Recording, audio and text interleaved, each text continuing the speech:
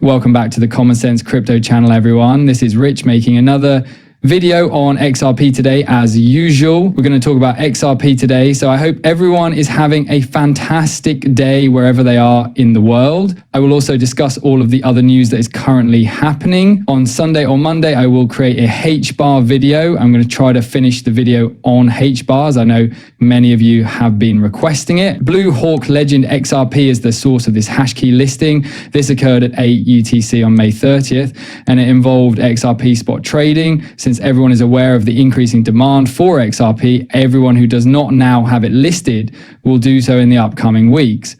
Uphold announces the relaunch of its cryptocurrency debit card in the US and teases the XRP dividends. According to Uphold, it is investigating ways to unlock yield on XRP, including testing staking via Flare network. Additionally, the business announced that it will be relaunching its Uphold crypto debit card, which is presently only available in the US and the UK. As I've been telling you, owning XRP will give you a plethora of alternatives for earning passive money. Uphold is doing it. Flare is succeeding. You'll need an AI agent to ensure that you're making the most of your XRP without ever selling any of it, because the institutions will be opening up so many avenues for passive revenue.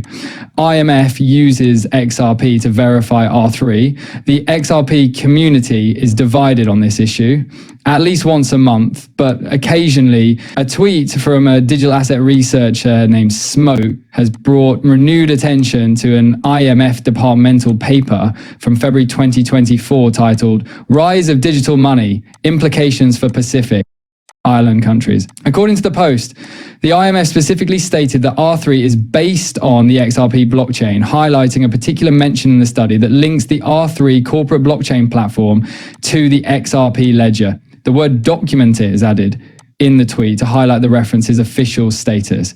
Even though we have always known this, many continue to claim that R3 and XRP are unrelated. The XRP blockchain serves as its foundation. It's similar to how people continue to minimize ISO. It will not add up to anything. I won't even bother holding those cryptocurrencies that comply with ISO. When ISO goes live, those folks will regret it. The comptroller of New York City has rejected Mayor Adams' request to issue bonds backed by Bitcoin. In other words, he is arguing that cryptocurrencies are not reliable enough to fund schools, affordable housing, or local infrastructure. Assumes control. It's impossible to predict what will happen to the initiatives Mayor Adams starts. This is how I see things. If you plan to invest in cryptocurrency right now, you're buying the best if you're interested in Bitcoin. There are a lot of better solutions available. Bitcoin returns won't exceed a twofold increase.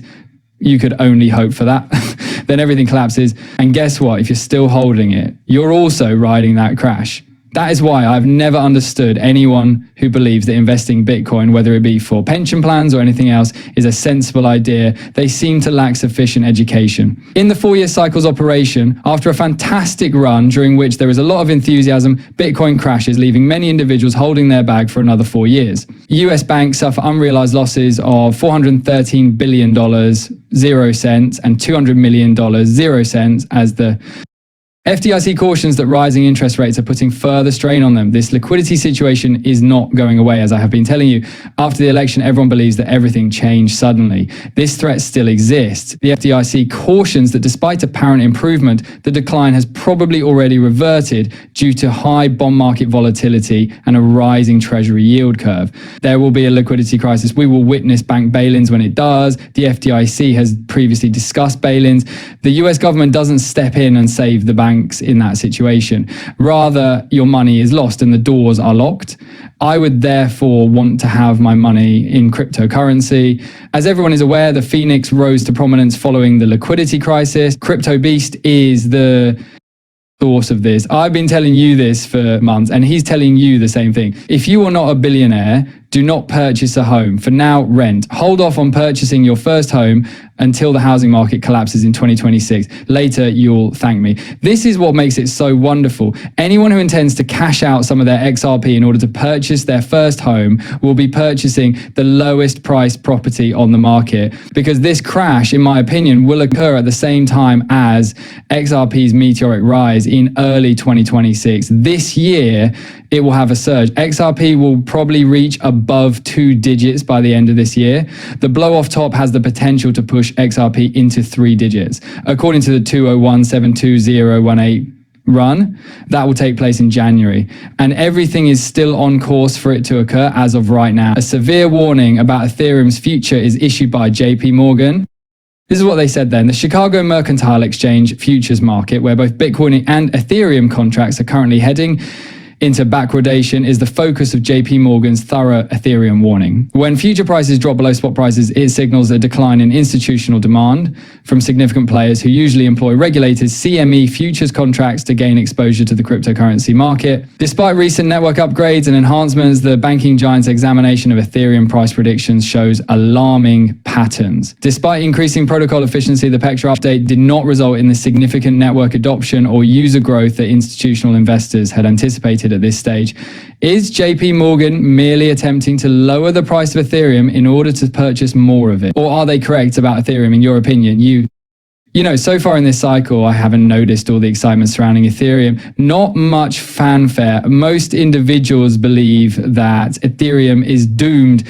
Typically, Ethereum's what ushers in the odd season. Will that still take place? When Bitcoin truly starts to take off, I believe Ethereum will follow suit.